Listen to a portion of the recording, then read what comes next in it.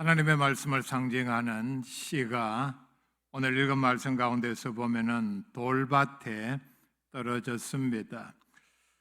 같은 내용을 전하는 누가복음 8장 6절에 보면은 바위 위에 떨어졌다.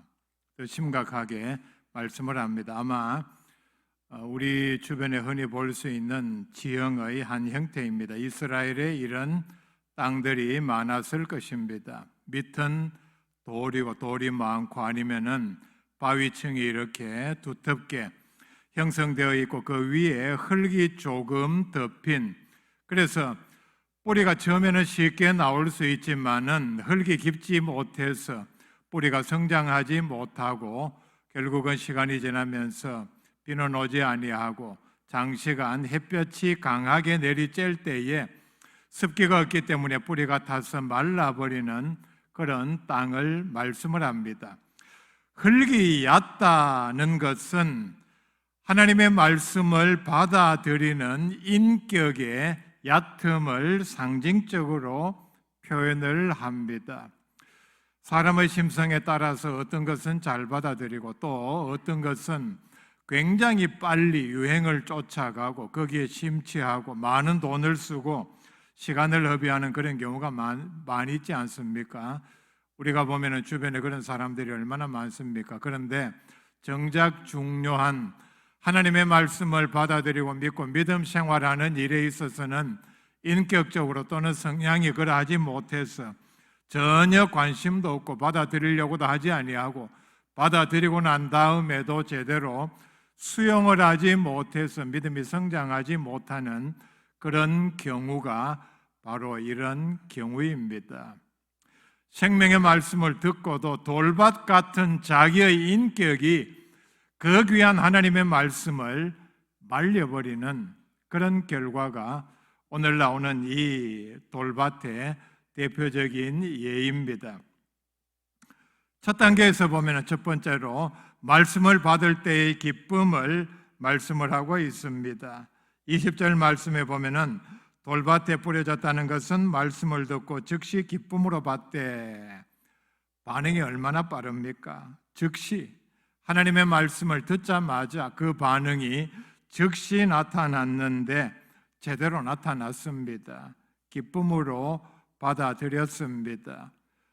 믿음으로 구원을 얻는다, 이 사실에 얼마나 반가워하며 기뻐하며 다른 종교에서는 절대로 찾아볼 수 없는 하나님께서 과연 사랑과 은혜로 우리에게 이런 엄청난 구원의 은혜를 베풀어 주셨다, 정말 논리적으로 제대로 이해를 하고 하나님의 복음을 기쁨으로 받아들였습니다.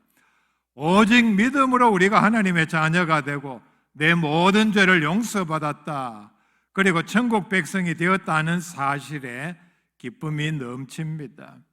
이 기쁨과 감격에 출발해서 교회 생활에 열심을 냅니다.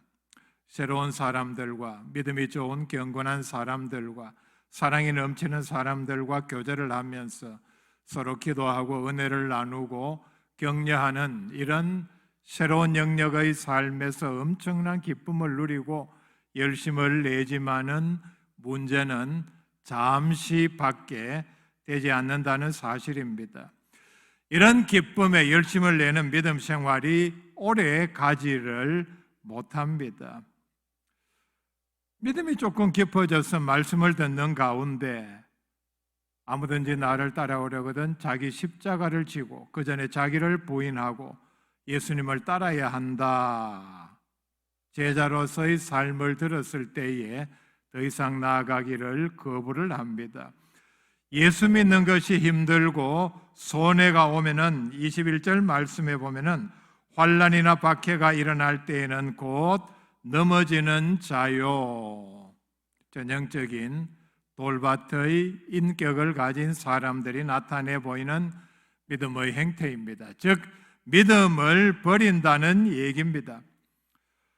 지속하지 못하는 믿음은 절대로 믿음이 아닙니다. 믿음은 겨자씨에 의해서 우리가 알 수 있듯이 하나님의 말씀이 내 심령에 떨어졌으면 성장을 하고 성숙을 하고, 그리고 우리가 하나님 앞에 서기 전까지 성화의 거룩해지는 단계로 나아가야 하는데 어느 한순간에서 그냥 머물러 버립니다. 씨가 성장하는 첫 단계가 뭡니까? 발화라 그러죠. 씨에서 싹이 나고 대부분의 경우는 뿌리가 먼저 나옵니다. 씨 안에 있는 영양을 바탕으로 해서 아주 작은 실 같은 뿌리가 나오는 것에서부터 시작을 하고 싹이 나오고 점점 더 성장하는 과정을 거치죠. 그런데 우리의 믿음 성장 여정에서 보면은 작은 싹이 뿌리가 나오는 것에서 그냥 그쳐버리는 이런 성장밖에 나타내 보이지를 못합니다. 천국은 절대로 한때의 믿음으로 갈 수는 없습니다. 과연 우리는 예수님이 진리이기 때문에 믿는가? 아니면은 복 받기 위해서, 예수 믿으면 복 받는다고 그러니까 병도 고치고 건강 얻고 성공하고 자녀들도 잘 되고 형통하다는 복을 받기 위해서 믿는가? 이 대답 여부에 따라서 내 마음밭이 돌밭인가 아닌가가 결정이 됩니다. 돌밭에 떨어진 씨는 뿌리를 제대로 내리지를 못했습니다. 자, 두 번째, 뿌리 없는 믿음에 대해서 말씀을 드립니다. 돌밭과 같은 인격에는 말씀의 씨앗이 뿌리를 내리지를 못합니다. 지난주에 드린 말씀 기억납니까? 씨는 엄청난 가능성을 가지고 있습니다. 엄청난 생명의 잠재력을 가지고 있습니다. 씨는 작지만은 제대로 발화해서 뿌리를 내리고 성장할 때에, 그리고 수십 년, 수백 년의 풍성을 견디면서 성장할 때에 엄청난 크기로 사람들에게 엄청난 혜택을 주는 그런 나무로 성장을 합니다. 우리의 심령에 이와는 비교도 되지 않는 하나님의 말씀이라는 우리를 영원히 살리는 생명의 말씀을 받아놓고도 내 마음 인격이 돌밭과 같은 바위 위와 같은 그런 마음의 상태밖에 되지 않기 때문에 뿌리를 내리지 못하고 결국은 믿음이 자라지를 못한다는 사실입니다. 나무에 있어서 뿌리는 매우 중요합니다. 우리는 거대한 나무를 보면서 숲을 보면서 겉으로 드러난 나무의 줄기, 나무의 크기, 그늘, 열매, 아니면 요즘 같으면은 단풍의 아름다움, 가지의 무성함 이런 것만 봅니다. 그런데 큰 나무는 우리의 눈에는 보이지 않지만은 땅 속에 엄청난 뿌리가 있습니다. 그 깊이 뿌리가 얼마나 옆으로 널리 퍼져나갔는지 우리는 가늠을 할 수 없을 정도입니다. 나무는 성장하기 위해서 밑으로, 그리고 밑으로가 안 되면 옆으로 엄청난 양의 길이에 뿌리를 내어 뻗습니다.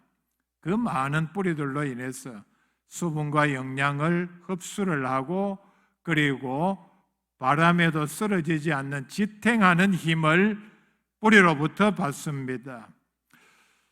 줄기가, 가지가 아무리 무성해도 뿌리 없는 나무는 죽은 나무입니다. 그러니까 언제 가뭄이 와서 아니면 바람이 심하게 불어서 쓰러지거나 말라 죽을지 모르는 상태가 바로 뿌리가 제대로 되지 않는 나무입니다. 활공산은 대표적으로 흙이 깊지 않고 밑에 돌 또는 바위가 많은 산입니다.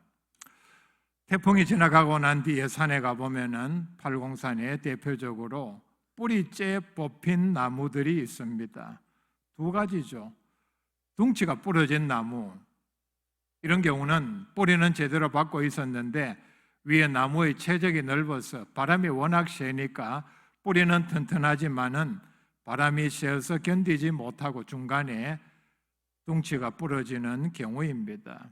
또 하나의 경우, 많은 경우가 바로 뿌리째 뽑힌 나무입니다. 뿌리째 뽑힌 나무를 보면은 뿌리가 땅 속으로 제대로 60cm도 뚫고 내려가지를 못했습니다. 바로 밑에 바위가 있으니까, 돌이 있으니까 밑으로 깊이 뿌리를 박지 못하고 옆으로 뿌리를 이렇게 늘려가다 보니까 그게 뭐 주변에도 돌이 많고 해서 뜻대로 되지 않고 해서 결국은 심하게 바람이 불 때에 뿌리째 뽑혀서 쓰러지고 맙니다. 그런 나무들이 보면은 둘레는 이렇게 제 팔로 뻗으면은 잘 닿지 않을 정도로 엄청나게 큰 나무지만은 뿌리가 제대로 되지 않으니까, 그러니까 나무 크기 높이에 비해서 뿌리가 제대로 박혀 있지 않으니까 결국은 쓰러지고 맙니다. 설악산의 그 소공원에서 비선대 쪽으로 가다 보면은 계곡의 다리 바로 옆에 집채만한 바위가 있고 그 바위 꼭대기에 소나무 한 그루가 자라고 있습니다. 제가 이 나무를 본 게 35년 전입니다. 그런데 그 바로 나무 바위 옆에 안내판을 하나 크게 써 붙여 놨습니다. 바위 위에 이 소나무가 있는데 나무의 나이는 40년이다. 그러니까 그 안내팻말의 뜻은 소나무가 이렇게 바위 위에서도 40년째 자라고 있는, 그러니까 생명력의 상징으로 그렇게 소개를 합니다. 그런데 간판을 언제 세웠는지 안내판을 제가 본 거는 그때 35년 전에 40년 된 나무다 했는데 10년 뒤에 가봐도 또 그대로 40년 된 나무, 그 뒤에도 제가 몇 번 봤는데 40년 된 나무라는 이 안내판을 고치지는 않았습니다. 한 6년 전에 제가 그 나무를 다시 봤습니다. 크기는 그대로였습니다. 키는 한 50cm 정도 되고, 그리고 제일 밑에 굵은 쪽에 굵기가 어린아이 손목 정도밖에 자라지를 못했습니다. 그러니까 그 안내판 처음 본 것과 그리고 제가 나중에 본 것과 다 합치면은 적어도 나무의 나이는 소나무인데 75년 또는 80년 된 나무임에도 불구하고 소나무가 80년 정도 정상적으로 자라서 뿌리를 받고 성장을 했다면은 아름드리 나무가 되었겠죠. 그러나 제가 어제 인터넷을 통해서 이게 궁금해서 사진으로 찾아보니까 이제 여러분 이 잘 보입니까? 제가 한 6년 전에 봤을 때는 가지가 전체가 무성하고 잘 이렇게 퍼져 있는 분재 같은 느낌이 들었는데 지금 보니까 가지의 3분의 2 이상이 저렇게 말라 이제는 죽어가는 형태였습니다.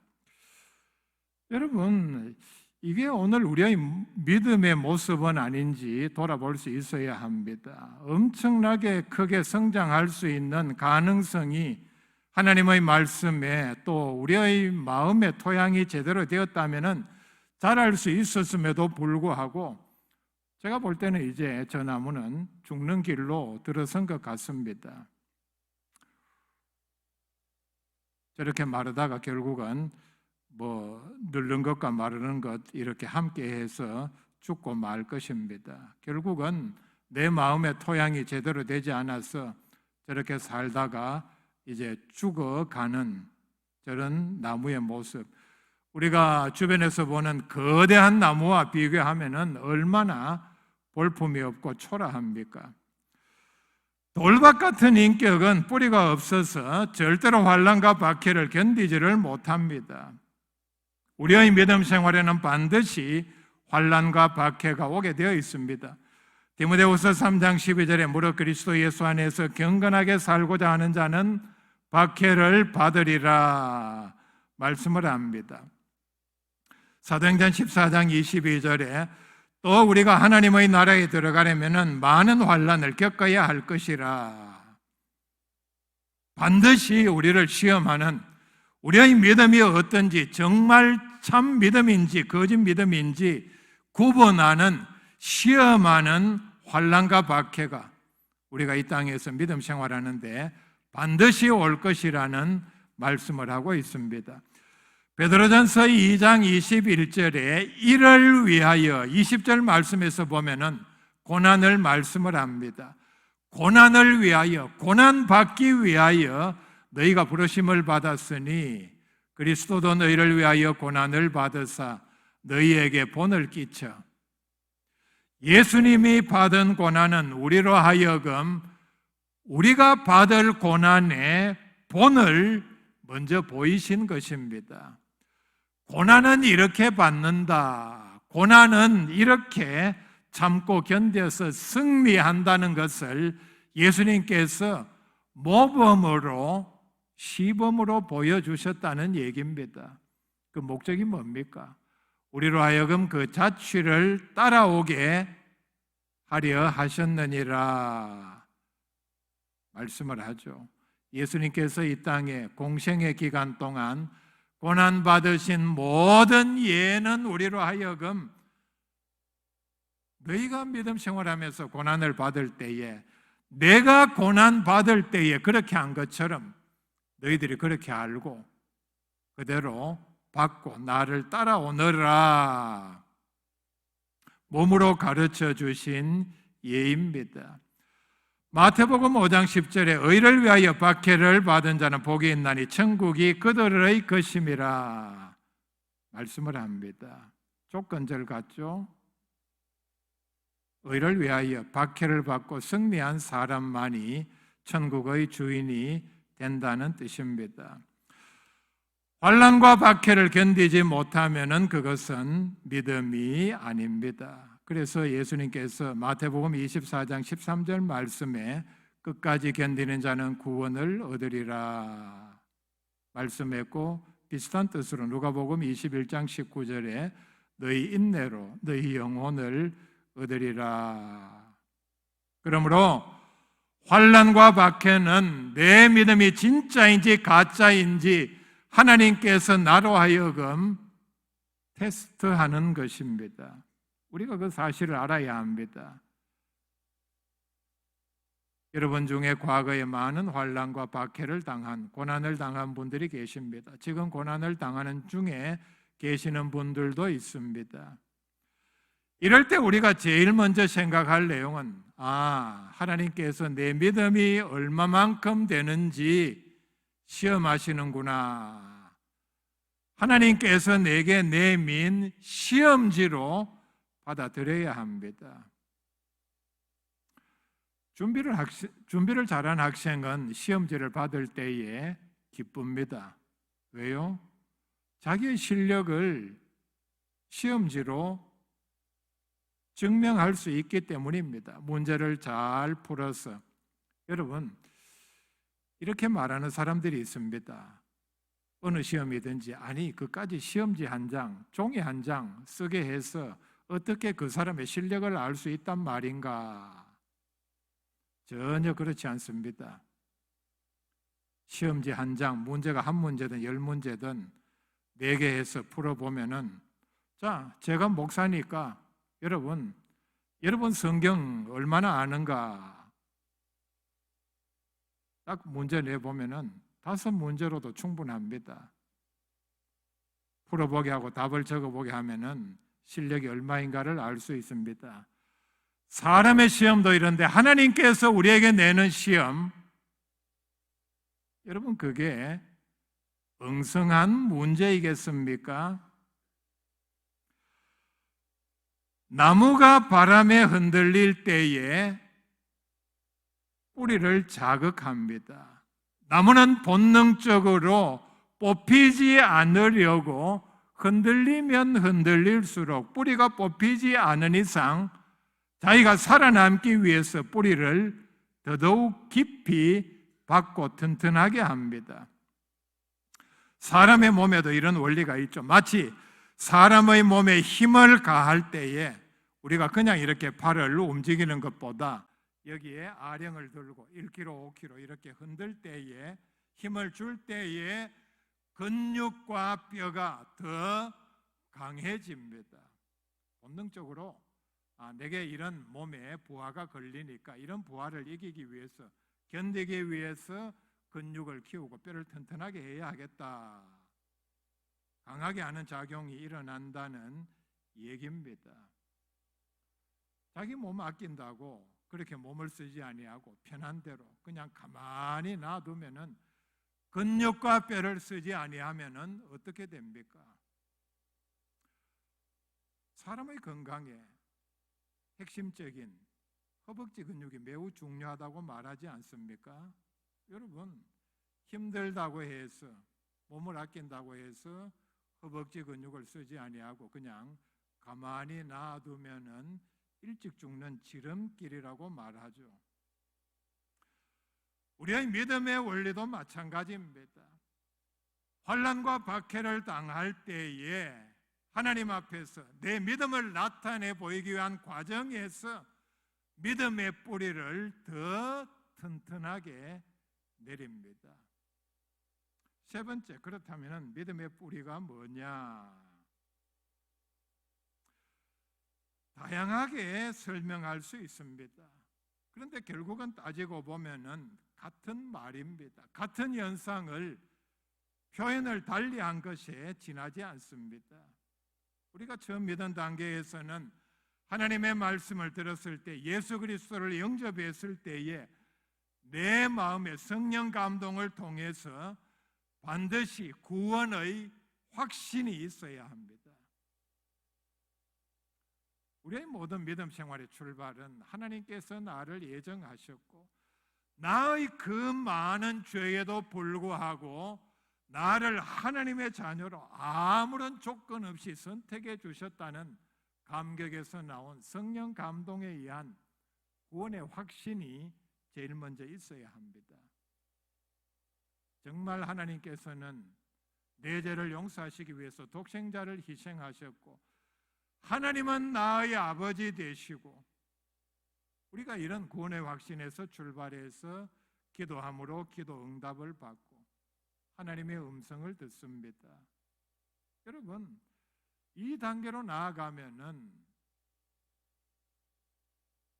어떤 경우에도 어떤 환난과 박해도 내 믿음을 흔들 수는 없습니다. 성령의 인도하심, 성령의 은사, 성령께서 나를 들어쓰시기 위해서 교회에서 필요한 봉사하는데 은사를 내가 받고 그것을 확인하는 단계에서 나는 정말 하나님께서 귀하게 쓰시는 사람이다, 또는 하나님과의 인격적인 만남도 믿음의 뿌리 가운데 하나입니다. 채소든 나무든 뽑아서 이렇게 물에 씻어서 뿌리를 보면은 뿌리가 굉장히 많은 갈래로 이렇게 뻗어져 있죠. 뿌리가 많을수록, 갈래가 많을수록 뿌리의 중심이 든든할수록, 그리고 중심에서 잔뿌리가 많이 나갈수록 튼튼한 나무입니다. 좋은 나무입니다. 성장할 가능성이 많다는 얘기입니다. 믿음의 뿌리도 마찬가지입니다. 많은 믿음의 뿌리가 우리의 믿음에 자리 잡고 있어야 합니다. 또 하나 말씀을 드리면은 천국 소망도 믿음의 뿌리 가운데 하나입니다. 천국에 대한 소망이 확실할 때에 이 세상에서 당하는 어떤 환난과 박해도 이겨냅니다. 모세의 경우에는 상주심을 바라보는 믿음이라 그렇게 말씀을 했습니다. 히브리서 11장 24절 말씀에서 보면은 믿음으로 모세는 장성하여 바로의 공주의 아들이라 칭함받기를 거절하고, 자, 여기서부터 모세의 믿음이 출발합니다. 이 단계에서 벌써 그에게 환난과 박해가 찾아왔을 것입니다. 뒤에 25절 말씀에 도리어 하나님의 백성과 함께 고난받기를 잠시 죄악의 낙을 누리는 것보다 더 좋아하고, 고난받는 것을 낙을 누리는 것보다 더 좋아하는 단계까지 나아갔습니다. 이 단계에서 어떤 환난과 박해도 그의 믿음을 흔들 수는 없습니다. 26절 말씀에 그리스도를 위하여 받는 수모를 애굽의 모든 보화보다 더 큰 재물로 여겼으니 이는 상주심을 바라봄이라. 놀라운 말씀을 하죠.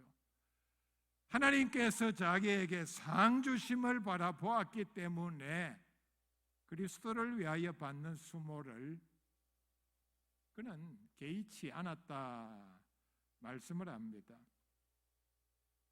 또 하나의 믿음의 뿌리는 요한복음 15장 말씀에 보면은 우리가 예수 안에 거하는 것, 또 예수님이 우리 안에 거하는 것이라 말씀을 하고 있습니다.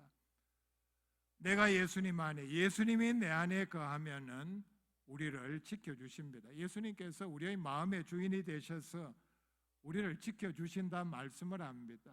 이 단계에 나아가면은 마귀가, 환난 박해가 우리를 흔들지를 못합니다.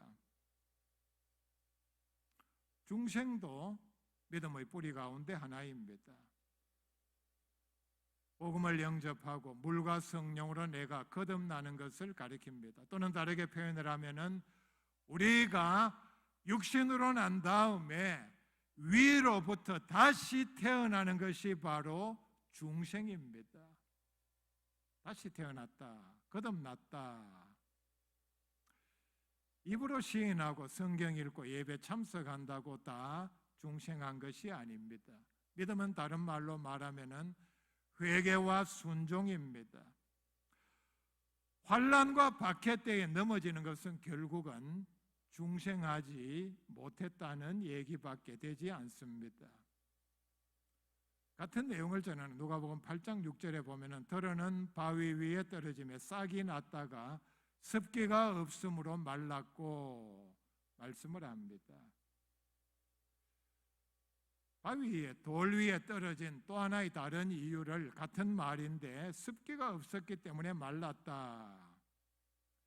우리의 믿음 생활에 이렇게 적용할 수 있겠죠. 우리의 믿음도 성장하는 습기가 반드시 있어야 합니다. 우리의 믿음을 성장하게 하는 습기가 뭡니까? 땀입니다. 내가 믿음이 있다, 내가 하나님의 은혜로 구원받았다 확신한다면은 반드시 봉사와 헌신의 땀을 흘려야 합니다. 여러분, 교회 봉사를 위해서 얼마나 땀을 흘립니까? 아니면은 교회에서 흘려야 할 땀을, 봉사를 위해서 흘려야 할 땀을 다른 곳에 가서 엉뚱한 곳에서 흘리고 있지는 않습니까? 또 하나의 습기는 눈물입니다. 죄를 뉘우치는 눈물입니다. 다윗은 하나님의 마음에 합한 유일한 사람이었습니다. 많은 이유가 있겠죠. 그 가운데 하나가 바로 자기 죄를 침상이 뜰 정도로 눈물을 흘리며 회개한 사람입니다. 하나님의 사랑에 감격하여 흘리는 눈물이 우리의 믿음을 성장하게 하는 뿌리를 내리는 습기 가운데 하나입니다. 또 하나는 우리가 흘리는 피입니다. 아무 때나 흘리는 피가 아니고 순교의 피이기 때문에 하나님께서 구체적으로 나에게 요구하실 때는 우리가 도망가지 아니하고 흘려야 합니다. 누가복음 8장 13절에 바위에 있다는 것은 말씀을 들을 때에 기쁨으로 받으나 뿌리가 없어 잠깐 믿다가 시련을 당할 때에 배반하는 자요. 시련, 환난, 박해가 왔다고 해서 넘어지는 것은 바로 예수 그리스도의 보혈의 은혜를 배반하는 것이라 말씀을 합니다. 결국은 그 믿음을 지탱하는 뿌리가 없으니까 환난 박해가 오면은 예수 그리스도의 보혈의 은혜를 배반해 버리고 맙니다. 야고보서 1장 12절에 시험을 참는 자는 복이 있나니 이는 시련을 견디어낸 자가 주께서 자기를 사랑하는 자들에게 약속하신 생명의 면류관을 얻을 것이기 때문이라 말씀을 합니다. 환난과 박해를 우리가 반드시 이겨야 하는 이유를 여기서 말씀을 합니다. 바로 하나님께서 우리에게 약속하신 생명의 면류관이 우리에게 주어져 있기 때문입니다. 믿음의 뿌리를 굳건히 해서 환난과 박해를 이기는 우리의 믿음 생활이 될 수 있기를 바랍니다.